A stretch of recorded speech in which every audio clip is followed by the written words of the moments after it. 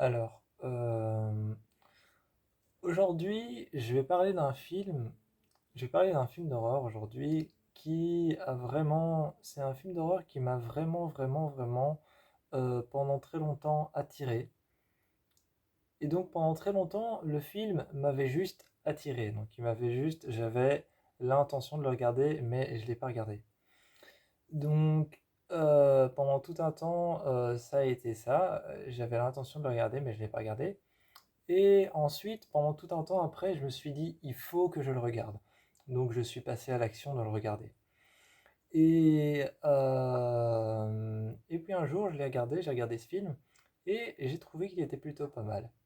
On va parler du film Fly 666. Donc Flight 666, l'avion 666. C'est un film d'horreur qui parle évidemment d'un avion. Donc, c'est un film d'horreur huis clos. Donc, on est dans un huis clos, une petite pièce. Pour rappeler un peu ce que c'est un huis clos pour les personnes qui ne savent pas vraiment ce que c'est, les huis clos, ce sont des films dans lesquels on va se retrouver dans un environnement fermé. On va se retrouver dans un environnement cadenassé, dans un environnement qu'on ne peut pas quitter facilement. Et, euh, et on va vraiment se retrouver dans un environnement en fait cerné, cadenassé, fermé. Et plusieurs huis clos existent, hein, plusieurs huis clos dans l'horreur existent. Il y a un nouveau huis clos qui est sorti en 2021 qui s'appelle Hold. Euh, il y a un huis clos qui existe depuis maintenant longtemps. En 2010, il est sorti. Toujours par le même réalisateur, M. Night Shyamalan, qui a lui-même fait Hold, qui s'appelle Devil, qui lui se passe entièrement dans un ascenseur. Qu'est-ce que je connais d'autre comme huis clos? Euh, Enfin bref, il y a plein de huis clos et donc les deux meilleurs que je puisse vous donner comme exemple, c'est Hold et Devil. Devil se passe dans un ascenseur et Hold se passe sur une plage. Donc on est dans un environnement très petit, très fermé, très cerné. Et là, on est sur un huis clos dans un avion. Et les membres de l'équipage et les passagers de l'avion se retrouvent coincés dans un orage. Et coincés dans cet orage, ils remarquent qu'ils n'en sortent jamais, que la longueur de l'orage est plus longue que ce qu'ils pensaient. Et ils remarquent que l'avion ne sort jamais de l'orage.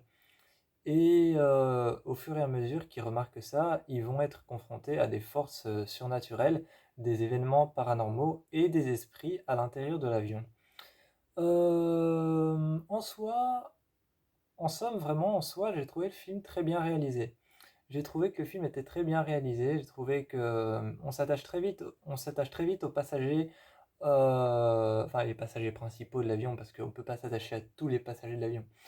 Mais on s'attache très vite aux principaux passagers de l'avion et on s'attache très vite au personnel de l'avion. Et j'ai trouvé que la manière d'apporter l'horreur était assez simple. Et j'ai trouvé que la manière d'apporter l'horreur était assez simple, mais fonctionnait très très bien en fait. La manière d'apporter l'horreur, en fait, ils ont fait ça le premier passager qu'on va voir, qui est un passager qui a peur de l'avion, en tout cas peur des grandes distances, des hautes distances. Déjà, ça fait un mauvais point pour le film, parce que quelle idée de prendre l'avion quand tu as peur des hautes distances et que tu as peur de l'avion. Et ce passager va commencer à avoir des crises de panique, et à penser qu'il voit des choses et qu'il entend des choses. Et il va devenir de plus en plus incontrôlable. Donc on part déjà sur quelque chose de totalement naturel. On part déjà sur quelque chose de totalement naturel, c'est la peur de l'avion. La peur de l'avion, la peur des hautes distances, le vertige. Donc on part sur le vertige, la peur de l'avion, la peur des hautes distances, et on part sur un simple passager qui a commencé à penser qu'il voyait des choses et qu'il entendait des choses, mais tout simplement parce qu'il a peur de l'avion. Et au fur et à mesure, qui pense entendre des choses et voir des choses, il finit par vraiment voir des choses et vraiment entendre des choses. Et tous les passagers de l'avion sont forcément concernés avec ce qui se passe avec lui et vont essayer de régler le problème, de régler son problème, et vont tous se retrouver concernés face à son problème et face à ce que lui traverse. Face à ce que lui traverse et ce qu'il a cru voir et cru entendre, tous les passagers vont se retrouver concernés. Et ce que j'ai bien aimé, c'est qu'il y a un passage, il y a un passage aussi du film où justement ce passager de l'avion va être traité de fou et va être traité de terroriste. J'ai bien aimé ce passage parce que c'est genre, déjà c'est genre un petit clin d'œil sur ce qui s'est passé avec les tours jumelles. Je sais que c'est pas drôle du tout d'en parler, mais c'est un petit clin d'œil sur ça et, euh, et ça apporte un peu plus en fait parce que c'est pour en fait, dire genre c'est un terroriste, je sais que c'est un terme que je devrais pas utiliser, mais ça apporte quelque part une image de réalité. Ça apporte quelque part une image de réalité dans le film. Ça apporte une sorte de réalité qui quelque part pourrait devenir irrationnelle. C'est, je trouve que c'était bien amené en fait. Je trouve que c'était bien amené cette manière de dire ah c'est un fou, c'est un terroriste. C'est bien amené parce qu'en fait ça apporte justement, ça apporte une touche de réel, ça apporte une touche de réalité dans un environnement malsain qui n'est pas du tout qui n'est pas du tout en fait, on est dans un environnement qui n'est pas du tout confronté à la réalité. On est dans dans un environnement confronté à ce qu'il y a au-delà de la réalité, donc le paranormal, le surnaturel et les esprits. On est dans un endroit, dans un environnement et un endroit qui est confronté à ce qu'il y a au-delà de la réalité. Et dire que c'est un terroriste, déjà c'est une manière très intelligente de relativiser, parce que déjà c'est une manière intelligente de relativiser et de se dire qu'il n'y a pas d'esprit, c'est de se dire ça, mais c'est aussi une manière intelligente de relativiser et de garder ton film dans le... En fait, c'est une bonne manière de relativiser tout en gardant ton film, donc le film, tout en gardant ce film à l'endroit où tu veux le déposer. Donc tu veux déposer le film à un endroit qui fait peur, à un endroit horrifique. Tu veux déposer le film à un endroit qui fait peur, un endroit horrifique, un endroit qui terrorise, un endroit qui terrifie. Et justement, cette manière de relativiser garde le point fixe que tu veux amener cet avion à un endroit qui va te terrifier et te, et te terroriser. Et justement, parce que les terroristes, c'est terrifiant, d'où le nom terroriste. C'est pour ça qu'on entend terreur dans le nom. Et justement, dire ça, c'est en même temps relativiser et en même temps garder une sorte de ligne droite avec ce que tu veux faire du film et ce que tu veux faire de cet avion, un endroit terrifiant, un endroit horrible. Et, euh, et j'ai trouvé que les esprits étaient plutôt pas mal, elles aussi. Elles aussi, les esprits, j'ai trouvé qu'elles étaient plutôt pas mal. D'abord, les esprits, tu les vois en dehors de l'avion. Il y a beaucoup de plans en dehors de l'avion qui font très peur parce que l'avion va très très vite. L'avion va très très vite et c'est un film c'est un film qui te prend vraiment en haleine parce qu'il y a beaucoup de plans à l'extérieur qui filment l'avion qui est en train qui est en train d'aller d'aller très très vite. Donc il y a ces plans qui filment l'avion dans le ciel qui est en train d'aller super vite. Mais les plans ne filment jamais l'avion droit. Ils filment toujours l'avion soit un peu penché vers le haut, soit un peu penché vers le bas. Ce qui donne toujours l'impression que l'avion est penché vers le haut et qu'il est en chute libre en train de tomber, ou qu'il est penché vers le bas et qu'il est en train de pointer vers le bas et de tomber aussi. Donc, les plans de dehors de l'avion sont soit vers le haut, ce qui nous donne une impression que l'avion est en chute libre et commence à tomber, comme si les réacteurs s'étaient arrêtés en fait, et que l'avion tombait en chute libre. Ou alors qu'il est vers le bas et qu'il est en train de piquer une tête et de tomber en pointe vers le sol. Et la manière dont ils ont filmé ça rend le film très très bien et justement nous donne l'impression que cet avion est perpétuellement en fait en train de se crasher.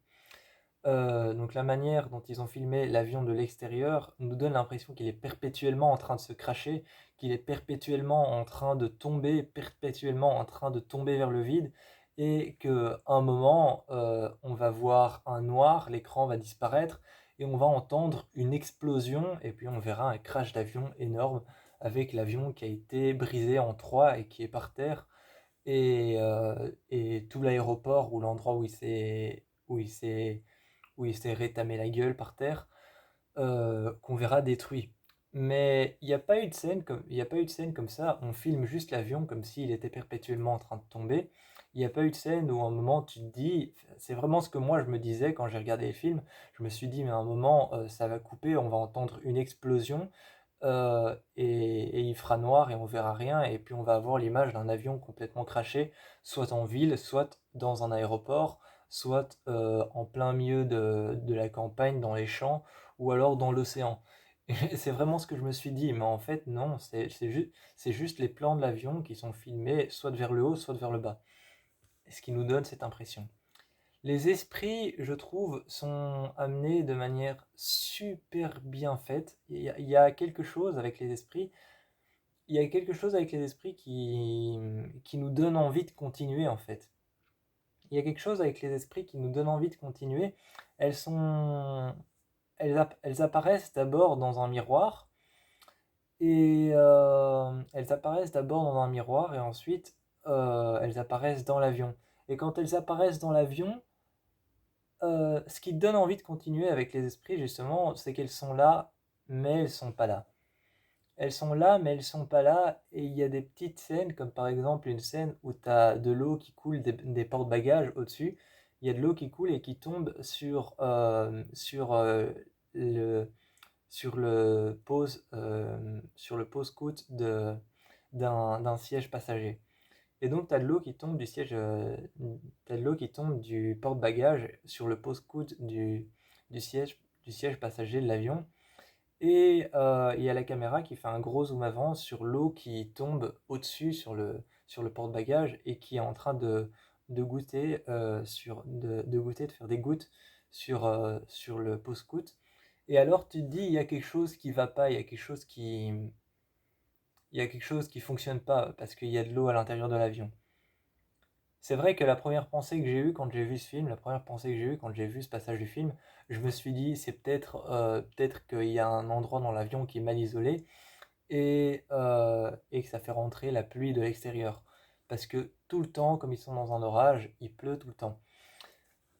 Et puis tu vois une passagère de l'avion qui a les yeux fermés et qui est vraiment contre son siège. Elle est contre son siège, elle a la tête vers l'arrière, elle a les yeux fermés, comme si elle était en position de relaxation. Et elle a les yeux fermés et il y a de l'eau qui lui tombe sur le visage un peu. Et justement, moi je m'attendais à une sorte de screamer ou de jumpscare ou un moment qui fait peur où elle allait ouvrir le porte-bagages et soit il y aurait genre un énorme trou où on voit dehors le vent et l'orage et tout ça, et comme s'il y avait un trou dans la carcasse de l'avion, ou soit je me suis dit elle va ouvrir et il y a plein d'eau qui va lui tomber sur la tête, et il y aura quelque chose dans l'eau caché quand elle va se redresser. Eh bien non, pas du tout. En fait, elle ouvre la porte et simplement, en fait, il y a un fantôme qui surgit et qui lui attrape le bras et elle tombe par terre et elle se réveille dans les soutes, dans un endroit dans un avion, les soutes, c'est un endroit dans lequel on n'a pas accès. Et elle se réveille dans les soutes et elle voit le même fantôme qui est en train de lui parler. Et, euh, et justement, après, tu as un autre fantôme, ou alors toujours le même, qui apparaît dans les soutes et qui lui tire le bras et elle trébuche dans les soutes et elle revient dans la même position par terre qu'elle était quand ce fantôme lui a attrapé le bras dans l'avion. Elle trébuche et elle se retrouve. Donc, la position qu'elle avait, c'était qu'elle était un peu avec ses jambes pliées vers l'arrière. En fait, elle avait un peu ses jambes pliées vers l'arrière. Elle était un peu comme ça. Elle était un peu comme ça, par terre, appuyée sur appuyée sur ses deux bras. Elle était un petit peu comme ça. Et, euh, et elle se retrouve dans la même position. Dans la même position, elle se retrouve dans les soutes comme ça, appuyée sur ses bras avec ses jambes qui sont pliées sur le côté et qui sont l'une sur l'autre. Et appuyée par terre, elle se retrouve dans les soutes. Et justement, après, encore une fois, elle se retrouve au milieu de l'avion, donc au milieu des rangées de l'avion, dans la même position. Et euh, c'est justement ça qui te donne l'impression que tout s'est passé au même endroit. C'est justement le fait qu'elle ait gardé la même position, ses jambes pliées sur le côté et appuyées sur ses bras comme ça. Donc vraiment, c'est cette impression de garder cette position comme ça c'est cette position-là qui va te donner justement l'impression que tout s'est passé au même endroit et qu'elle n'était jamais dans les soutes, qui va te donner une impression de, c'est ça qui va te donner une impression fantomatique. C'est pas vraiment le fantôme en lui-même, c'est le fait qu'elle soit dans la même position dans l'avion que dans les soutes, qui va te donner l'impression que tout s'est passé au même endroit et que c'était juste pas vraiment un fantôme, mais que c'était une sorte de vision. Et donc, tout est amené comme ça dans ce film, et c'est ça que j'aime beaucoup. C'est ça que j'aime beaucoup, c'est que tout est amené comme ça dans ce film.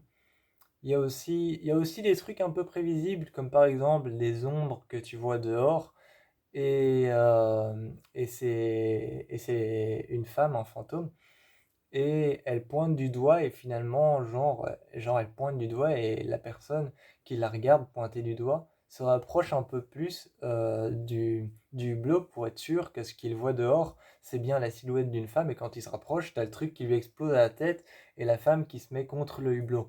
Oui, ça c'est un peu prévisible et un peu, on va dire, cliché quelque part, mais ça marche encore bien. Et, euh, et vraiment, en fait, le film enchaîne les répétitions le film enchaîne les répétitions, ce qui va te donner une impression déjà de déjà vu. Ça va te donner une impression de déjà vu, mais il enchaîne les répétitions.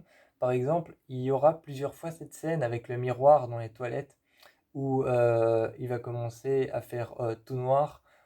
Dans les toilettes de l'avion, il va commencer à faire tout noir et les lumières vont se mettre à clignoter et les deux grands sur le panneau du miroir autour, il y a deux grands luminaires rectangulaires et ils vont commencer à scintiller eux aussi. Et derrière, il y a cette femme qui va apparaître et justement, elle va apparaître derrière et cette scène va revenir plusieurs fois. Et tu auras l'impression finalement, tu auras t'auras une impression de déjà vu et, euh, et justement, le fait de faire revenir plusieurs fois cette même vision sur deux passagers différents qui vont voir la même vision, mais modelée de manière un peu différente, donc refaite de manière un peu différente, va finalement te pousser, toi en tant que spectateur, à penser que cet endroit-là, les toilettes, en tout cas le miroir des toilettes, est quelque chose de vraiment dangereux et hanté. Et, euh, Et donc, oui, c'est vraiment un bon film d'horreur qui, euh, qui ne met pas tellement. C'est vraiment un bon film d'horreur parce qu'en fait, ce film d'horreur ne met pas tellement ces fantômes, je vais pas dire en valeur, il les met en valeur, si. Mais c'est un film d'horreur qui met pas tellement le paranormal ou le surnaturel ou encore le monde des esprits trop en avant pour pouvoir hanter cet avion. Donc, il met pas vraiment le paranormal, le surnaturel et le monde des esprits, les fantômes, en avant pour hanter l'avion. Il se contente tout simplement des situations, comme par exemple, j'ai vu une ombre et cette ombre va me tirer le bras, je vais me retrouver dans la soute et je vais remarquer que dans la soute, je suis dans la même position que lorsque j'ai trébuché par terre dans l'avion et qu'on m'a tiré le bras. Et toutes ces impressions, justement, toutes ces scènes qui vont se succéder, vont donner des impressions de déjà vu. Et il y aura chaque fois un petit détail qui va nous donner l'impression que c'est hanté. Par exemple, je vous ai dit la scène où elle ouvre le porte-bagages, le détail qui nous donne l'impression que c'est hanté, c'est qu'elle est dans la même position dans les rangées de l'avion quand elle est tombée par terre, et qu'elle est dans la même position dans la soute quand elle est avec cette femme et qu'elle a cette vision horrible. C'est ça qui nous donne l'impression que tout se passe au même endroit et que c'est un avion qui est hanté. C'est pas finalement tant le fantôme qui te tire vers le bas et qui reste avec toi dans la soute et qui te fait voir ces choses, c'est cette position qui te donne l'impression que tout s'est passé au même endroit, qui te donne l'impression que c'est hanté.